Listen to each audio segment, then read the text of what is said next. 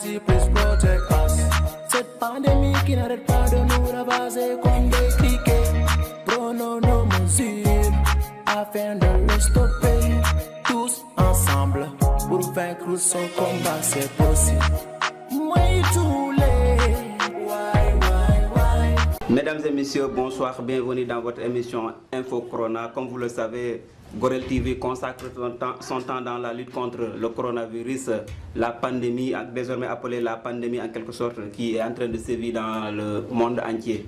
Alors, ce soir, nous avons comme invité M. Lamine Baldé, étudiant en finance, entrepreneur agricole, fondateur et président Senagro Fouladou SAF, qui siège ici à Vélingara, délégué médical de formation et vice-président de Senagro Khewel SAC, qui est à Dakar. Deuxièmement, nous avons Sori Sané, étudiant à UCAD et président des étudiants de la commune de Kandia. Nous avons aussi comme invité Seydou Bouaro, également étudiant à l'UCAD. Et enfin, nous avons Magno Baldé, président de la zone Croix-Rouge dans le département de Vélingara, en même temps étudiant à l'université Cheikh Anta Diop de Dakar. Alors, bonsoir, chers invités. Bonsoir. Bonsoir. Je vous souhaite la bienvenue. Merci. Alors, Lamine Baldé, la toute première question aujourd'hui, le coronavirus est là. Nous avons tous vu les dégâts que ce virus est en train de causer dans le monde entier, et particulièrement le Sénégal, même si d'abord on n'a pas signalé un cas de décès, mais aujourd'hui, même ce soir, le bilan a été rehaussé à, je peux dire, 52, si je ne me trompe pas, 52 cas qui ont été signalés positifs en quelque sorte. Alors, Lamine Baldé, quelle lecture faites-vous là-dessus en quelque sorte d'abord, en tant qu'entrepreneur? Voilà. Merci beaucoup Arnaud Baldé, merci d'abord pour l'invitation. Voilà, vous avez parfaitement raison, la situation devient critique. Le coronavirus, c'est en train de faire des ravages un peu partout dans le monde et particulièrement en Afrique, et plus précisément ici au Sénégal aussi. Comme vous l'avez signalé, nous sommes à 52 cas, ça est en train de grimper. Donc ça fait peur, ça fait peur. En tant qu'entrepreneur, vraiment le coronavirus impacte tous les domaines. Même dans le domaine de la santé, l'impact se fait ressentir dans le domaine de la santé. Merci, on va revenir ultérieurement, merci beaucoup. Seydou Bouaro, voilà, qui est juste à mes côtés. Seydou Bouaro, quelle est votre première lecture par rapport à ce virus, coronavirus, qui est en train de dominer le terrain en quelque sorte? Merci beaucoup, Chevalier. Merci de partager avec vous ce plateau. Mais avant tout, d'abord, permettez-moi, n'est-ce pas, de féliciter, d'encourager mon très cher ami, le PDG de cette grande entreprise. À chaque fois qu'on se rencontre, je ne cesse de l'encourager parce que c'est un jeune entrepreneur. Je l'ai toujours dit ça, en tout cas, je ne cesserai de lui lancer mes compliments, n'est-ce pas, positifs. Mais quand même, je pense que le coronavirus commence à nous inquiéter. Et donc, de jour en jour, il est en train de prendre de l'ampleur, de gagner sur le terrain. Et je pense que, nonobstant, des mesures ont été mises en place, ne serait-ce que les respecter. Je pense qu'on parviendra à freiner ce virus, mais quand même, dans le cœur de notre débat, on parviendra à approfondir nos arguments. Merci beaucoup, les chiffres commencent à être inquiétants. Merci. Président Sori, oui. Voilà, vous êtes président d'amicale des élèves étudiants de la commune de Kandia. Alors, vous, quelle est votre première lecture par rapport à ce virus, coronavirus? Voilà, exactement. Bonsoir tout le monde, bonsoir chers amis. Nous allons réitérer nos salutations à l'endroit du PDG qui à chaque fois ne cesse d'inviter les gens à leur parler de l'actualité qui se passe ici, voilà, au Fouladou, particulièrement à Vélingara, mais aussi au niveau mondial et national. Voilà, le coronavirus, comme nous le savons, c'est une maladie dangereuse, une pandémie mortelle. Voilà, si vous voyez, les chiffres ne cessent de grimper du jour au lendemain. Parce qu'aujourd'hui, voilà, nous sommes au 56e cas, même si c'est 5 qui ont eu à avoir la santé, mais il reste jusqu'à présent 51 cas. D'accord. Donc ce qui est grave. Donc de notre place, nous les étudiants, les présidents, ce que nous allons faire, c'est de sensibiliser. Très bien, on va revenir sur la sensibilisation, le rôle que les étudiants devront jouer par rapport à cela. Alors, très rapidement, à ma droite, nous avons Magno Baldé, président de la jeunesse Croix-Rouge dans le département de Vélingara. Alors, Magno, connaissant l'histoire de la Croix-Rouge en quelque sorte, aujourd'hui, le coronavirus est là, qui est en train de dominer le terrain. Vous, en tant qu'acteur de la Croix-Rouge, quelle est votre première lecture par rapport à ce virus? Et moi, je crois bien que c'est un virus qui est là. C'est une pandémie, puisque la maladie elle a atteint tous les pays du monde pratiquement. Et ma première lecture que je ferai de ça, que les gens n'ont qu'à prendre cette maladie au sérieux et qu'ils sachent que ça, c'est une pandémie qui est très mortelle parce que sa capacité de contamination est très rapide. Très bien, Magno, très bien. Alors, Lamine Baldé, le jeune entrepreneur, alors, d'abord, tout premier, quels sont les impacts économiques que ce virus a causé en tant qu'entrepreneur? Voilà, merci encore une fois. Ce virus, comme je l'ai rappelé tout à l'heure, c'est en train de faire des ravages. Maintenant, les impacts économiques, surtout ici au Sénégal, par exemple, je vais d'abord prendre le cas de nos frères émigrés,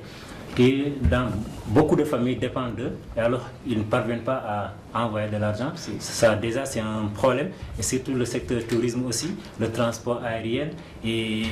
aussi les échanges extérieurs et les échanges internes sont des potentiels secteurs vraiment à risque. Donc ça crée des problèmes au niveau de l'économie sénégalaise. Très bien. Au niveau local, justement, au niveau local, vous savez que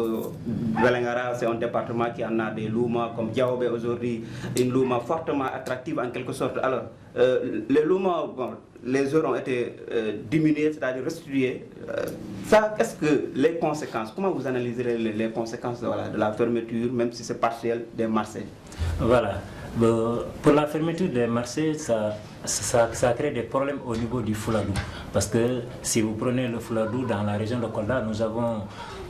plusieurs loumos. Plus précisément, le plus grand loumo du Sénégal se trouve ici, le loumo de Diaobé, et celui de Manda, d'Ingraï et d'autres. Donc, les chiffres par jour qui étaient ne sont plus. Parce que maintenant, il y a cette pandémie qui est là, voilà, il y a la peur qui est là, on interdit les rassemblements, donc les gens ne sont pas au loumo, il n'y a pas une fluidité économique qui est là, ça ne crée pas de valeur ajoutée, et donc c'est très inquiétant. Voilà. Merci Lamine Baldé. Seydou Boiro, vous en tant qu'étudiant, voilà, on a vu le président de la République prendre certaines mesures. Alors, la mesure qui nous concerne, c'est la fermeture des écoles et des universités au Sénégal, que ce soit public et privé. Alors, comment vous analyserez ces dégâts, en quelque sorte, de cette fermeture des écoles et des universités au Sénégal? Ne voyez pas la fermeture de ces écoles-là comme étant une simple fermeture, quand même, parce que quoi qu'on puisse dire, je l'ai dit ailleurs, la santé est la prioritaire. Voilà, parce que quand on n'a pas la santé, on ne peut pas étudier. Et quand on est intimidé, véritablement, il n'y aura pas de concentration. Ça, il faudra voir, n'est-ce pas, dans quelle mesure le président est parvenu à prendre ses responsabilités. Certainement, je reste persuadé que ça n'a pas été facile pour lui. Mais quand même, il faudra comprendre que cette fermeture, elle est fondamentale. Là, c'est la vie humaine qui est en jeu. Là, je pense que nous tous, nous devrons en tout cas avoir le même élan. Ce qui nous préoccupe présentement, ce n'est pas la fermeture des classes. Ça n'a pas d'importance pour moi. On ne devrait pas s'y attarder. Mais quand même, l'importance ici, c'est quoi? C'est l'ennemi commun qui est en face de nous. Comment faire pour le combattre? Certes, il y aura en tout cas des conséquences néfastes au secteur, dans le secteur éducatif, mais quand même, il faudra comprendre que cette décision, elle vient à son heure. Et d'autres sont en train de dire que le président a tardé à prendre cette décision. Mais je pense que ce qui est important dans ça également, c'est l'application de cette décision. Parce que je vois qu'il y a, en tout cas, je ne vais pas citer, je ne vais pas placer mon doigt à l'endroit de qui que ce soit, mais quand même, cette décision n'est pas appliquée à la norme. Et je pense que c'est une décision très sérieuse qu'on doit prendre avec beaucoup de considération. Le président de la République, je ne fais pas de la politique, voilà, parce que présentement, nous sommes préoccupés par cette pandémie, mais quand même, il faudra comprendre dans quelle posture, n'est-ce pas, il est. qu'il est avant tout d'abord quelqu'un qui est là, qui a analysé la situation et qui l'a mûri avant, n'est-ce pas, de la prendre. Cette décision, je pense qu'on ne doit pas la politiser. C'est une décision qu'on doit respecter. Très bien, on va revenir ultérieurement sur cette question-là. Alors, Président Sori, vous êtes président d'une amicale. Alors, certainement, vous avez des étudiants à Dakar. Lorsque l'université a été fermée, où est-ce logés vos étudiants? Voilà, d'abord, une toute première question. Voilà, c'était une inquiétude en fait, voilà, mais on a pu canaliser cette inquiétude, vu que déjà nous, mes étudiants, je dirais les étudiants de la commune de Kanya, ont déjà un logement. Mais ce n'est pas ça qui était priorité, la question du logement ou pas. Ce qui était primordial, c'était juste de faire évacuer tous les étudiants, voilà, au niveau, c'est-à-dire au niveau de leur destination, c'est-à-dire revenir à la base. Puisque Macky Sall a pris voilà, les mesures de fermer les universités et les écoles, c'était juste tout simplement pour protéger voilà, des étudiants et des élèves sénégalais. Donc, une telle mesure, donc l'homme doit les respecter. C'est pour cela que nous tous, voilà, ce n'était pas moi, ce n'était pas la décision voilà, de qui que ce soit, mais c'était des décisions personnelles de revenir. Vos étudiants sont revenus? Ils sont presque tous là. Je crois qu'il y a 4 étudiants qui sont restés là-bas, mais tout le monde est là. Pourquoi? Pour fuir, parce que c'est une maladie dangereuse, contagieuse. Voilà. Il suffit d'avoir des contacts avec une personne, voilà, et on ne sait pas réellement qui porte cette maladie. C'est pour cela, voilà, nous tous, on n'a pas fui. D'autres verront ça comme une fuite, mais pas ça. Tout simplement se protéger. Merci, Président. Je reviendrai vers vous très rapidement. Magno, voilà, président de la zone Croix-Rouge. Alors,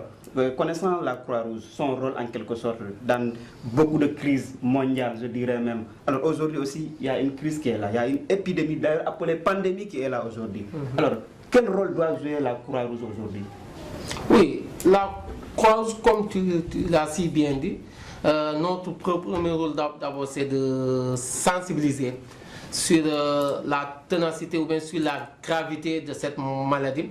Notre second rôle, et je dirais, c'est de prévenir, c'est-à-dire en allant vers la population, leur donner les premières consignes à suivre, c'est-à-dire de faire le lavage des mains. Comment le faire, et aussi nous avons été mis sous le dispositif des districts sanitaires au niveau national. Donc nous ici à Vélingara, on est sous la direction, puisque dans notre principe d'indépendance, nous sommes des agents de l'État, donc on a été mis sous la direction de l'État, accompagner les personnel sanitaire, c'est-à-dire dans leurs activités de sensibilisation. Et vous savez que le secouriste, c'est quelqu'un qui improvise, certes, mais face à cette maladie, les matériels, si on se disait qu'on allait les attendre, la pandémie allait avoir une forte importance de présence au niveau local. Nous sommes allés d'abord avec les moyens de bord, c'est-à-dire de faire d'abord des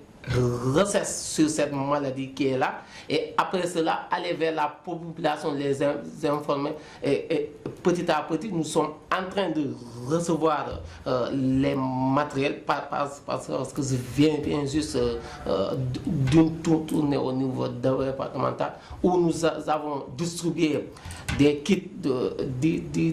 d'hygiène, à savoir comme le zèle, le coton et autres là, donc pour expliquer la population l'importance de soi. Mais en réalité, on n'a pas tous les matériels, mais nous faisons aussi très attention parce que dans notre devise, on nous dit sauver sans y succomber. Donc nous prenons toutes les précautions idoines. Mais là, actuellement, au niveau des frontières, nous avons installé là-bas des éléments qui vont veiller aux entrées et sorties. Très bien, nous allons revenir pour le cas des frontières, nous allons revenir tout à l'heure. Alors, je me retourne vers Lamine. Lamine, vous en tant qu'entrepreneur, bon, on a vu le ministère prendre certaines mesures, c'est-à-dire qu'on interdit de vendre les pains dans les boutiques. Alors, connaissant le Fouladou, la réalité du Fouladou, au-delà de ça aussi, on parle un peu de pénurie de riz en quelque sorte, au niveau du port, tout ça. Quelles sont les solutions à prendre en quelque sorte? Parce que nous, on sait que le Fouladou consomme beaucoup le riz, surtout le riz importé en quelque sorte. Voilà, merci encore une fois. Bon, concernant les mesures du ministre, bon, je vais juste dire qu'il faut que les gens soient conformes avec les décisions qui ont été prises. Parce que ils n'ont pas pris les décisions pour les prendre. Ils ont pris les décisions parce qu'il y a un truc qui est là, que vraiment qui fait peur. Donc, bien vrai que c'est difficile d'interdire ça, mais quand même, il faut voir la réalité. Donc, il faut que ces gens-là soient conformes avec la réalité et respecter les décisions. Donc, concernant le riz, oui. Concernant le riz, moi je pense que l'État doit avoir une coopération avec les entrepreneurs, les producteurs et les commerçants pour voir comment stocker le maximum de riz dans notre pays pour prévoir. Parce que gouverner, c'est prévoir. Très bien. Merci beaucoup, Lamine. Seydou Baro, très rapidement. Alors, vous êtes revenu, vous étiez à Dakar pour les études, vous êtes revenu à Vélingara. Aujourd'hui, on voit qu'on a des sœurs et frères qui sont candidats aux examens, que ce soit au CM2, 3e, terminale. Alors, aujourd'hui, est-ce que vous devrez revenir juste pour revenir ou bien est-ce que vous devrez être impliqué pour vraiment assurer l'intérim, c'est-à-dire l'espace de fermeture, c'est-à-dire les 3 semaines qui ont été... que le président a pris comme décision de fermer vraiment l'école sénégalaise en quelque sorte. Est-ce qu'aujourd'hui vous ne devez pas vraiment vous impliquer en assistant nos frères et sœurs dans cette pause en quelque sorte? Ça, je vais être franc avec vous. Je ne veux pas en tout cas caresser mes mots, mais je pense que c'est à la limite contrecarrer la décision du président de la République. Je l'ai dit tout à l'heure, il faudra véritablement se conformer à sa décision. Parce que prendre de telles initiatives, dire qu'on va organiser des cours, en tout cas suscite un rassemblement. Parce qu'on ne peut pas, en tout cas, inviter des élèves un par un. Bon, pas inviter les élèves, mais bon, dans les maisons, par exemple, rassembler les élèves. Je pense que ça, ce n'est pas dû à la présence de la maladie. Chaque étudiant qui revient, n'est-ce pas, qui est au bercail, est appelé à encadrer des gens. Quand il s'agit, n'est-ce pas, au niveau en tout cas des maisons, moi, par exemple, quand je reviens, j'ai des élèves à encadrer. On traite des exercices. Ça, c'est fondamental. Mais quand même, je précise une chose. Dire, parce que je vois certains collègues le faire, dire qu'on va essayer d'en profiter pour appeler, n'est-ce pas, certains de ces élèves-là et leur dispenser des cours, va à l'encontre, n'est-ce pas, de la décision prise par le président. Merci beaucoup. Président Sori, très rapidement, on a vu des cours qui sont donnés à la TFM. Vous, en tant que président, vous savez que voilà, les étudiants, c'est-à-dire nos frères, sont dans les villages. Est-ce qu'ils ont cette sens-là de voir la TFM en quelque sorte? Comment vous allez analyser ça, en quelque sorte, cette situation-là? Il paraît que là, tout le monde n'a pas accès à la télévision, on le sait déjà. Vu qu'il y a un problème de courant, certaines localités ne sont pas équipées. Comment on peut dire que ces étudiants ne sont pas discriminés? Parce qu'ils sont discriminés, bien sûr, bien évidemment. S'il arrive qu'un enfant de Vélingara est en train de suivre la TFM, alors que l'enfant de Kanya n'a pas ses moyens, parce qu'il n'a pas de courant, il n'a pas de télé. Donc, vis-à-vis de ça, on dit qu'il y a comme une sorte de discrimination. Donc, du coup, voilà, il faudra des moyens. Comment s'adapter? Voilà, c'est ça la question. Comment s'adapter avec ça? Comment les zones de ces localités pourront aider, évidemment, les élèves ou des étudiants ou des candidats, on dirait. Donc, c'est-à-dire, comme vous l'avez dit, organiser des séances de cours, mais pas de rassemblement. Ça va à l'encontre des décisions de l'État, mais tout simplement aller dans des maisons, voilà, essayer de donner des cours, même si c'est deux élèves ou 2 étudiants, etc. Vous pouvez les donner des cours pour que le jour de l'examen, qu'ils puissent être conformes, qu'ils puissent être prêts à traiter les sujets. Très bien. Alors, Magno, bon, on parlait tout à l'heure de Vélingara dans les frontières. Alors justement, géographiquement, on sait que Vélingara est frontalier de 3 pays en quelque sorte. Alors, est-ce que l'autorité, à savoir l'autorité sanitaire, l'autorité administrative, ont pris des mesures qu'il faut pour vraiment pallier, mettre une sécurité au niveau des frontières en quelque sorte? Effectivement, qu'ils l'ont fait, parce que tout simplement au niveau des frontières, comme tu l'as si bien dit, nous sommes dans une zone très frontalière. au niveau de Niana, au niveau de Carrefour, au niveau de Badiara ici. Nous avons installé là-bas des tentes pour prendre les premiers cas. Et vraiment, nous sommes en parfaite collaboration avec le district sanitaire. Très bien. Mesdames et messieurs, ainsi prend fin cette première partie. Je vous remercie. Pour transmettre la maladie. Alors on parle de moins d'1 mètre de distance et pendant au moins 15 minutes, on va y revenir, parce que c'est rare que quelqu'un vous éternue dessus pendant 15 minutes. Le virus se transmet par les voies respiratoires, hein, c'est-à-dire ces éternuements, la toux et les postillons, quand on parle, mais il peut aussi se transmettre par les mains si la personne infectée a mis au préalable sa main sous son nez ou sur sa bouche. Il peut aussi rentrer par les yeux, se transmettre par les mains si la personne infectée a mis tout ça, on l'a vu dans sa bouche. Et la recommandation du ministère de la Santé, eh bien, c'est jusqu'à nouvel ordre d'éviter donc les poignées de main. Bandira musidɓe tedduɓe min calmini goto fof inde mo yettoɓe enen ɗo e télévision meɗen Gorel hande noon enen gandi wattu ko fawndi e aduna he ko coronavirus wiya o gandi noon ko ñaw kulɓiniɗo ñaw mbaroɗo aduna o wattu fof no horani o ñaw ko ɗum waɗi eɗen jooɗi hande nde jonde ɗo eɗen jogui hoɓɓe noon gandanta en kalanin haala o coronavirus e ko hoɗum mbo yakki e nder aduna he e surtout enen e Sénégal ha e Fuladu ɗo godaɗen ɗo alors eɗen jogui hoɓɓe meɗen en guiɗoɗa ɗo liire Lamine Balde ko étudiant toon to université ko entrepreneur en guiɗo nani Seydou Boiro kankadi ko étudiant jooɗiɗo toon to université Arsi par ce que voilà ñaw o feeñi wiya Dakar ha Touba Arsi kankala so ɗon tenti enen joguiɗo Sori Sané kañum woni président étudiant ji commune Kandia makko kala mon ɗo ko université Dakar mo janggata ni si ɗon tenti enen invité men nayɓo ko Magno kañum woni kuɓɗiniɗo sukaɓe gandanta Croix Rouge e nder département mo Vélingara musidɓe mi salmini goto foof inde mon e yettode muɗum min on gari e jaam bisimilla moon alors guiɗoren tan e Lamine coronavirus ñaw o inɗo alors e dow gulle ɗiɗi tan kala ñaw o hono jiiruɗa ɗum jarama Haruna Balde mi yettoma d'abord e invitation coronavirus o de jiiɗa ko ñaw kulɓiniɗo par ce que Allah waɗi enen jogui ga radio ji télé ji no Gorel TV ni ɗi cattana en kibaruji ɗi gokka ndi kono ko nanten ko ɗi hulɓini no ɗum ni min de mi meeɗa ɗum nande ko ɗo woni goho mino nana ɗum ni te ɗum ɗi hulɓini tigui eyyi ciftinoɗen tan musidɓe meɗen enen jogui 50 gananta ko ɓen testa gondi e ñaw o wattu ɗo ni jowɓen wiya ñawdama joni enen gandi hande kadi way ñande o ministére o waɗat bilan ay joni ko ɗum voilà no ɗum ni joni larna par ce que début o ko goto wonno ɗiɗo jo ari ha ko capanɗe andi ko hunde kulɓininde e sa laari aduna o tan ɗi wara yimɓe guluje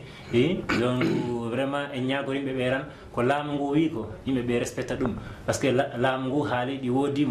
mesure de prévention ji mbaɗaɗi no yimɓe ɓe respecte ɗum vraiment après ñagoɗen Allah ittana en ɗum ɗo amin Seydou Boiro an kadi ko a étudiante université toon gonɗa ko de ñaw o feeñi de président ɓangi mesure ji ɓangi décision ji wiide école ji ɗi no gudde a arsi ɗo Vélingara ɗo an kadi hono jiruɗa o ñaw e ɗo gulle ɗiɗi tan mbawa hen an nattinde toɓɓere mani alhamdoulillahi rabbil alamin mi jaari on piiw mi jaarima an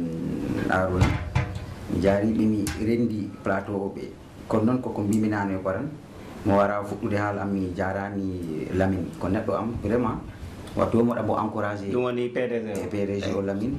alias fof wattu moɗa mo encouragé e golle makko juuɗi peewi ɗo ha Sénégal piiwɗi andi ko mbulni wadde ko so ɗum ƴeewi han ko wayno o corona ni mi sikku ko hunde nde gandiranta nden nde fuɗɗi hewde juuɗe ha nden hunde en bonde nangude o sérieux e sina ɗum han nde hewa en juuɗe ha ta e mawnoyra ɗum hande en jiiɗo chiffre aji ɗi koko Lamine wi ko tan eɗen jogui télé ji eɗen jogui téléphone ji finiweeri yo eɗen nana ɗi ɓeydo finiweeri yo eɗen nana ɗi ɓeydo ɗum woni hoɗum fuɗɗi hulɓinde corona o fuɗɗi folde kono noon heeɓi ko wi'a mbaɗiren noon pour cafnoɗen ɗum heeɓi ko wi'a no en marru noon mi ɓuri ɗaminade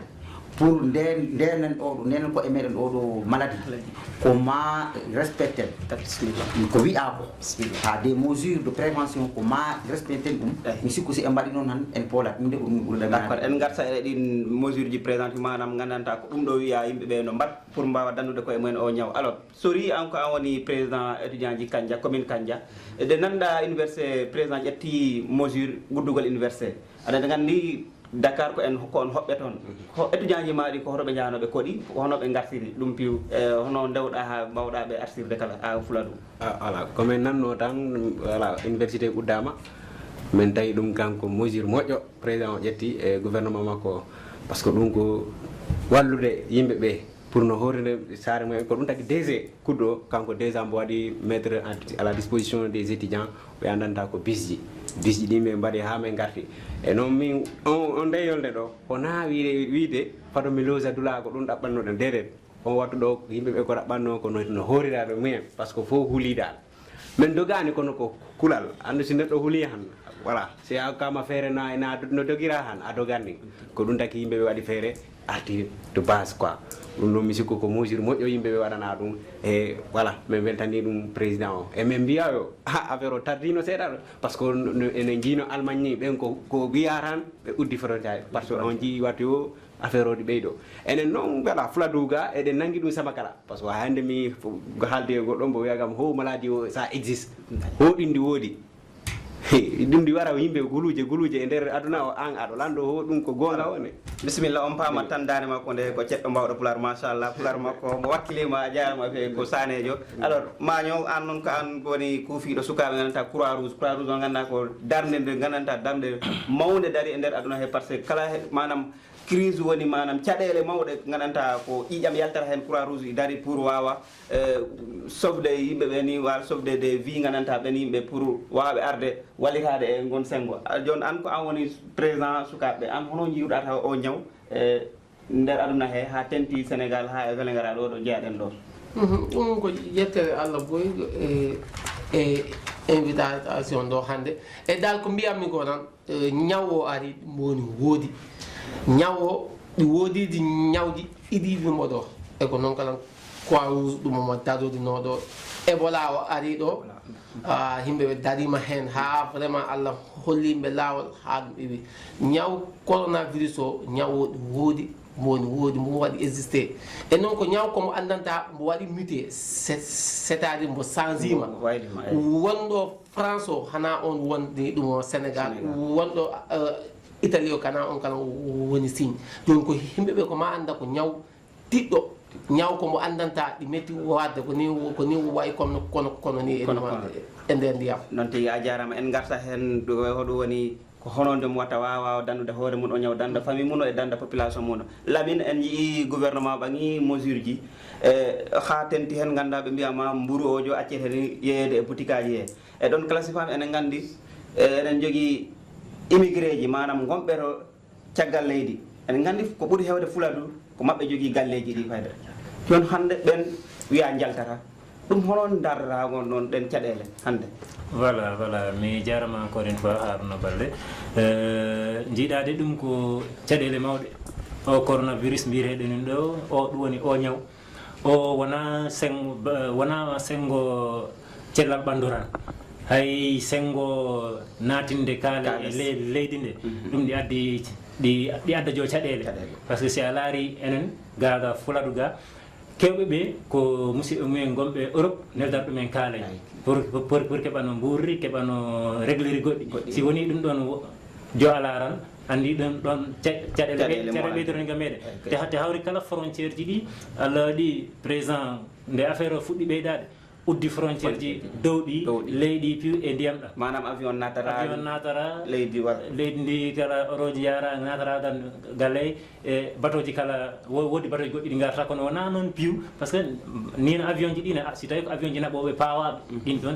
ɗon ɗi gacca gaddoɗi bagage ɗin ɗon ɗi gacca ko woni tan ko avion commercial ji ɗi nanta ko yimɓe gaddara passage ji ko ɗin ɗon kaɗa te ɗum noon ɗi hulɓini vraiment par ce que joga gaga meɗen ga no mbimami ni ɗi ɗuyto no économie gonnoɗo ga o ɗi ɗuyro tan ɗi yaha ɓayjo to Europe to ala mbawɗo wadde hay hunde gam meɗen. Ok, a jarama halama yoɗi feewi. Seydou Boiro an ko étudiant toon to université Cheikh Anta Diop a arti ɗo beele gara ɗo. Seydou hande école o uddama e jii par exemple angi mesure ji uddugol école ji ɗi e université ji ɗi te enen enen gandi enen jogui miraɓe janggoɓe ganan ko mbaɗoɓe examen woni ko CM2 woni ko 3e woni ko terminal. Hande est ce que hande étudiant en tant que étudiant hoɗum fondi wadde darde maɗa pour ballitagol ɓe men miñiraɓe pour ɓe mbawa dartude kayeji mabɓe ɗi ɗo de wiite mesure o ittama manam ɗo wiide école fuɗitama par ce que si ñaw o si foolama école fuɗitte nin examen watte nin joni entre temps o hono yimɓe ɓe mbawata wallirde ɓe ma miñiraɓe. Président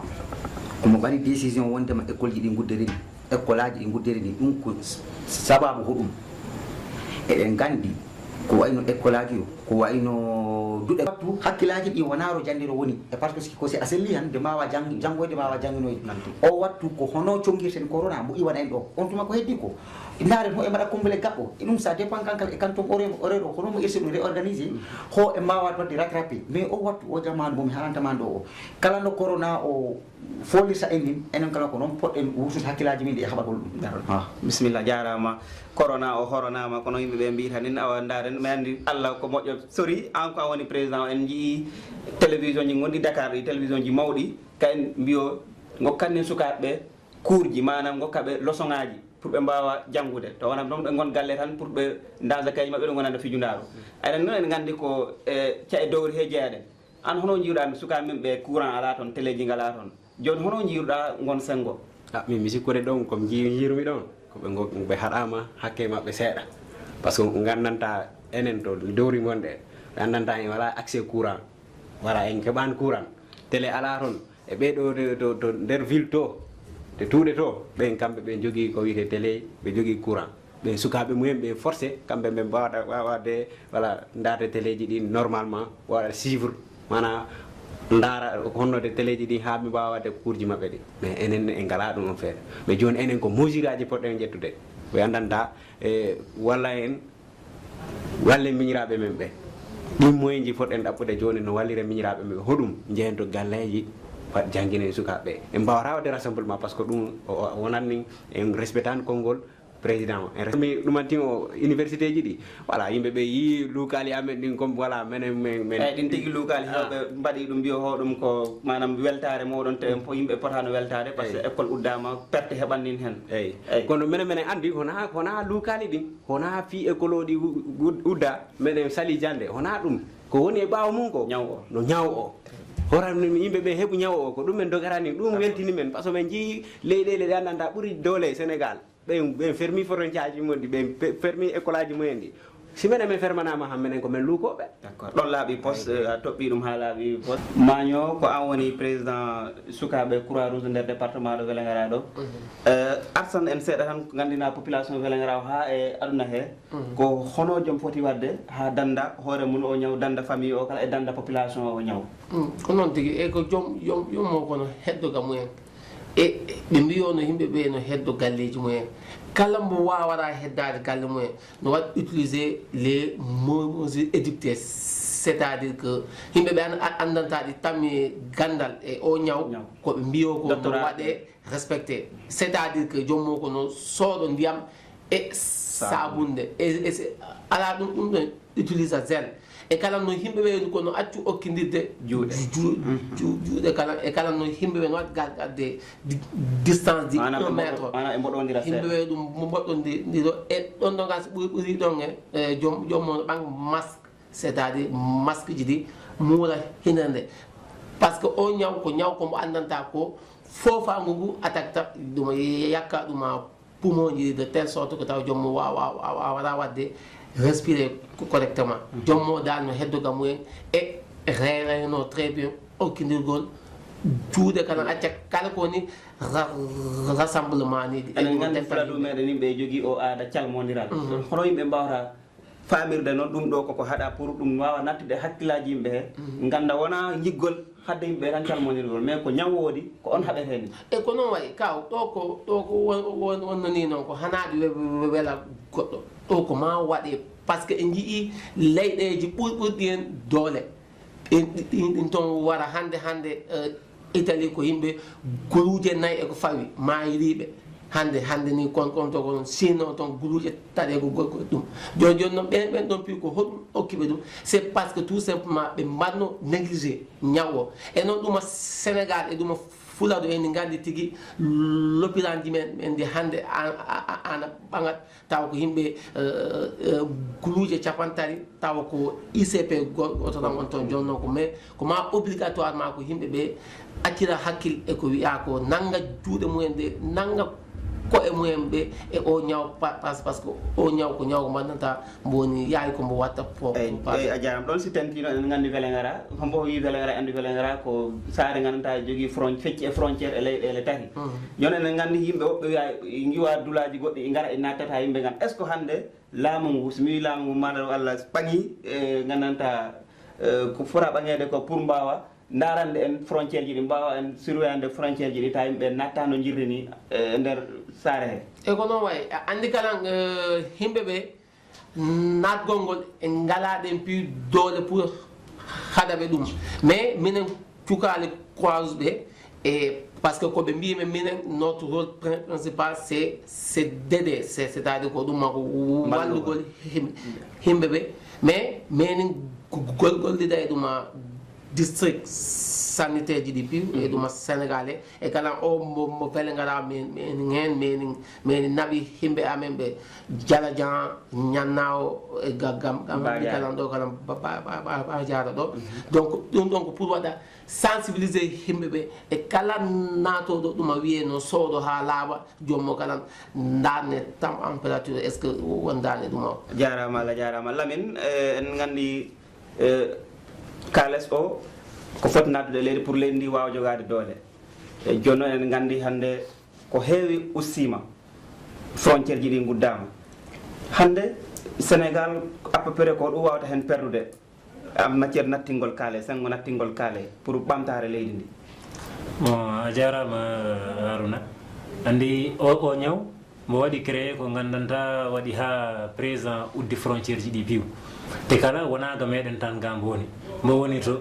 joni ɓen kayen kala guddi ɓe mbaɗi ko wiyete tubako confinement te ɗum woni heddagol to muɗum ala jaltoɗo te si piw heddimata muɗum ala golloyoɓe faydata to joroto to gollaka te so tawi toon gollaka banque ji ɗi gollani te enen gandi leydi men ndi ɗi waɗi dépendre trop de l'Europe joni ko heewi e kaalisaji meɗen konon gangi wara ngara nataka leydi ga ɓeyda leydi ndi mais Allah waɗi ɓay kala lamɗo si a nani laamu ko wiire keppangol ko keppangol ɓe président Macky Sall noon kañ e gouvernement muno piw mbo ɓangi milliard ji capanɗe jeego e nayyi 64 milliards waɗi ɗum à disposition de l'économie nationale pour waɗa udda nden ɗon gandanta ko nden ɗon yolde walla pour udda nden ɗon yolde te kala noon min noon ko te mi fawno wadde proposé kala état hunde worre ganta ɓay surtout kala maaro natara déjà andi maaro nataniran ɗi woodi producteur ji no minen ni e producteur ji kewɗi goɗɗi e commerçant ji ɗi kala ko ɓen ga jogani en gon sengo ɗon laamu ngu wadda e maɓɓe ko wiyete coopération jokkodira ha mbawa wadde stocké ko ñamete ko heewi ɗo leydi ɗo ha wadde assuré sécurité alimentaire leydi ndi e ɗumantin période mbaɓe déterminé no 1 mois ni walla 2 mois ha ɗum ɗo ɗum heɓane feere non tigi ay en jiiɗi kala luumo enen gandi welengara hebbini luumaji mandaduwaji ɗin ɗo jawɓe in ɗo ɗin kala luumoji so nani joni yimɓe wiya jahata ndentara ɗum piiw eɗen gandi économie welengara o kala ko perte wonta julaɓe marsinta codoɓe jahata ayi ɗum piiɗen pi caɗele e goodi e joni ɗon kala hono jiiruɗa ɗum enen e nder département welengara voilà si a laari luumoji ɗi tan luumoji ɗi ko ballata yimɓe ɓeɗe fulat ɗo ko ɗi heewi hay wona fuladu tan kala ɗi ɗe leyɗele gonɗe jimba meɗen piw par ce que a laari no luumo mbago no luumo jawɓe ni tan ko leyɗele ɗe leyɗele gonɗe jimba meɗen ɗe pi garat tawta kala fuladu meɗen galleji kewɗi ɗin ɗo jo koko commerce o mbuuri ko yimɓe jaaha jeeya gadda mburna galle o so tawi woni gaddenta luumoji jo ala andi ɗin ɗon galleji kala keɓanin probléme no mbuuriri e donc luumoji ɗi ɗi ballatno yimɓe ɓe si ɗum noon ala tan vraiment Haruna min andi ɗum caɗele ɗe koto yeeso fayi ɗum noon ko e ñaagoro Allah Allah ittana en ɗum te yimɓe ɓe noon ko hono ɗum wawirta iwde c'est kala e ñaagoro Allah kono yimɓe kala ko ɓe mbakkilo ko wiya ko ɓe mbaɗa ɗum respecta ɗum ɗo tan ɓe mbiya ko mbaɗa ɗum wurde mumen nde piiw ko wiya mbaɗe ɗum lewru ko laare happu okka ko happa mbaɗen ɗum ɗo ndaare ha yimɓe mbawa wadde combattre oɗo ñaw on suma yimɓe dutto e gono si wona ɗum tan jogor bonde te ko fulode wiira heege ko Allah dandi en ɗum joni amin o garten ɗo e Seydou en jii président yamiri école ji ɗi no gudde an noon ko a janggoɗo joni noon enen gandi noon si woni école ɓodiri examen yateni joni noon en gandi entre temps sukaɓe men ɓe perdanen ko heewi hande si ɓe jeehi han ɗo e ɗum kadi tan enen gandi si amma si école o ñaw o continue en ñagaki ɗum Allah école o ko uddete nin carrément hono mbawata ɓetirde par ce que parent ji ɗi babaji ɗi coɗani ɓiɓɓe kayeji laamu ngu waɗi hen goɗɗum museji ɗi ka en kala mbaɗi hen goɗɗum élève ji ɗi mbaɗi hen goɗɗum ɗum pi won tan nin perte hono jiiruɗa ɗum e ñagaki ɗum Allah e ñagaki Allah jotteɗen ɗon min sukkat mi sikku fan wona ça sera pas la première fois parce que eɗen gandi en 88 Sénégal waɗi heeɓi ko wiiri année blanche n'est ce pas en 1988 eɗen gandi ɗum e ɗum piiw e ñagaki ɗum yettoron kono dal koko mbiminane ko tan o wattu ñawo ɗin ɗo eɗen kaɓo ɗum si Allah waɗi amma en mbawi en pooli ɗo école uddata ko sabu nakalan wona yejji wondema janggama ko heewi seeɗa hen janggama ɗo école ko ni wayno ko jonte ko lebbi tati tan heddi joni ɗo hayso ko lewru woro tan heeɓiro yeeso mi sukku ɗum hatta examen ha waɗidiroli examen ji ɗi ɗo dal kono o wattu kono hono kaɓorten nin ñaw o ko ɗum waɗi en préoccupé dal ɗo ko ɗum darten ni kono si woni ñaw o e ñagaki ɗum si woni ɗi continue ɗi waɗa persisté mi sikku fan bon mi sikku ya les autorités éducatives qui sont là ɓe mi sikku no yo ko ɓen jogani ɗum gande ko maɓɓe darta hono ɓe mbawara wadde ha ɓe jolla ɗon examen ji si woni ɗum kala wawata yaade bon mi sikku ko ani watte invalidé voilà mi sikku ɗo dal ko ɗum wonta solution mais pour l'instant en jottaki ɗon taw o wattu ko hono kaɓorteni ñaw o ta ɗon o yottaki uddugol ta examen waɗaka ɗum e ñagaki ɗon Allah par ce que ɗum ko watta impacté ko e systéme éducation o e économie o he piiw e piiw par ce que école o si woni janggaka si année o waɗama invalidé ɗum waɗat freiné ko heewi mi sikku ɗum dal ko spécialiste ɗi ɓe gandi ɗum les spécialistes de l' éducation ɓen ɓe gandi hono ɗum wawre en ɗum wawre jibinde e sengo ko e jamyat ko en paalaka mi sikku dal o wattu no wayi o ɓay en jottaki ron ko hono kaɓirtoɗen ni oɗo ñaw si woni ñaw o continue ɗon dal ene heeɓi gandanta ko ɓen ɗon jogani en leydi ko ɓe mbawra laarde est ce que année watte validé watte walla watte invalidé kono mi sikku dal no wayi o ɓay meeɗi fummude Sénégal hay si woni ɗum ko crise goɗɗo wonno wona e sengo ñaw ko angal famodire tan wonno ɗum ɗon yawri e meɗen ɗo mi sikku si ñaw o haɗi te wona Sénégal tan wona jejjiren ɗum noon yan corona ko affaire to aduna ɗo si continue han wona Sénégal tan wasani wadde examen ɓay si ala ari yan ko kantum horaire o ko ni ene ko goto ni ene piiw ko ngel ɗo wattul janguirde kono si woni ɗiya leyɗe ɓen kankalan mbattande examen ko wayno français ni ko wayno Italie en ni ko wayi ɗo no haaru Espagne Europe enen dal emi sukku ɗum forani en dérangede si woni examen wawya ko waɗa a jarama jalti ko examen waɗa ha paari ko département Vélingara wulli mbiyo résultat ji moƴƴani ha woɓɓe mbaɗi marche e nder Vélingara pawi ɗum e inspecteur hikka noon ko sababu ñaw ari si école udditi han noon si ñaw o huuɓi école udditi han résultat examen wattenen kala te eɗen jii eɗen gandi Dakar e Fuladu wona gotum ɓen no darate leydi continue jande mumen nde mawɓe woɓɓe mbaɗa ɗum encadré ko galleji mumen so ɗum noon si ya continuerama no école fuɗirama résultat ji ɗi kala gonti e gotum hono jiirata ɗum en cas président ɗum ko ɗum wawatama okkude ɗo de ko miijo molanteɗo ɗum o karamɓe par ce que woni résultat ji men ɗi moƴƴano l'année dernière l'année précédente rowani moƴƴani hikka kalanna ko maladie ɗo ko ñaw mo andanta enen piiw eɗen haaɓo e muɗum en ngala feere o wattu feere heɓaki raw ko leyɗe ɗeɗe piiw mana aduna o piiw wona waddede affaire o pour affaire o mbaɗen feere no guittiremo e nder aduna o ko ɗum wona haaɓede joni si woni voilà sukaɓe woɓɓe heeɓi opportunité ɗe mana ɓe jangga ɓeyɗa heɓani no feere no jangguire andu ɗum ko probléme par ce que de no haalirani Dakar ni TFM kamɓe mbaɗino mettre e juuɗe yimɓe mana sukaɓe pour no ɓe wawi jangguirde ɓen kamɓe wawi ɗum par ce que ɓe jogui courant ji ɓe jogui voilà télé ji mais enen ga ho eɗen jogui courant o eɗen jogii téléji ha ɓiɓɓe men ɓen ko janga miñiraɓe men ɓen ko janga en ngala maintenant joni enen kala mbaɗenna feere ha ɓiɓɓe men ɓe janga ɓe men wona même niveau mana kamɓe wi ɓe pota e ɓeeɗa ɓe gandanɗaɓe to tuuɗe to ɓe woni ɗo Dakar en ni Saint Louis en ni taw kamɓe kala ɓe wawa janggude si examen ari han ɓe mbawa wadde examen mabɓe o taw ɓe tampani mi sikku ko ɗi affaire ji fota waɗede par ce que ene andi maladie o kay kono wiyanira ko maladie mo andanta ñaw mo andanta ko waro ñaw o si wara han dental ala toon par ce que vision denti han on calmodiri han ko wone fuladu noon yimɓeɓe kala ko woni ko Samakala nagirta ko Sénégal piw mi wira fuladu ko Sénégal wayi noon eyi ko fuladu goɗaɗen wona enen ko fuladu mbiten kono kala ko woni ko Samakala par ce que mi nana yimɓe ɗe wiyayo ho ñaw o ko gonga oɗi woodi e eɗen nana ñaw o wara guluje yimɓe eɗen jiya yimɓe ɗi maaya woɓɓe wullani docteur aɓe ɓe mbiya no yimɓe ɓe wonto mumen kamɓe ɓe tampi joni si woni enen bandiraɓe musidɓe tedduɓe en garno ha ɗo e émission moɗon gandiɗen tan hande ko ɗe balɗe kam depuis mois de mars dari koye kaɓagol coronavirus wona télévision moon Gorel kankala noon dari e nden darde yo kankala tawete e haare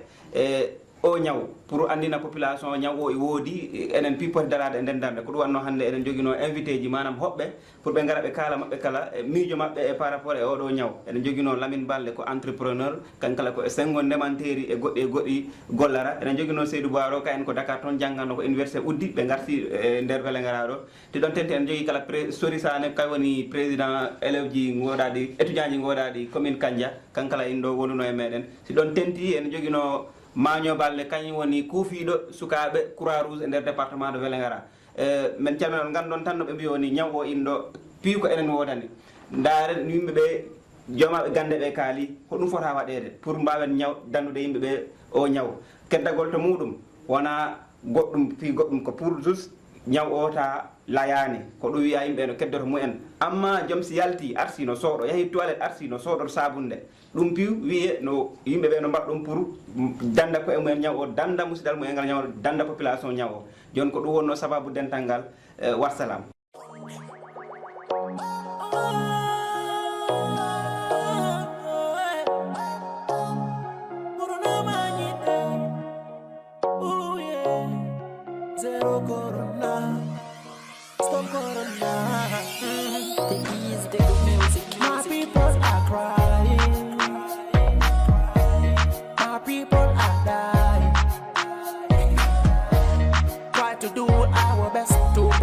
But this is before it propagate all around the world. Oh Jah, the Almighty, please protect us. Cette pandémie qui n'arrête pas de nous ravager comme des criquets. Prenons nos mesures afin de le stopper tous ensemble pour vaincre son combat, c'est possible.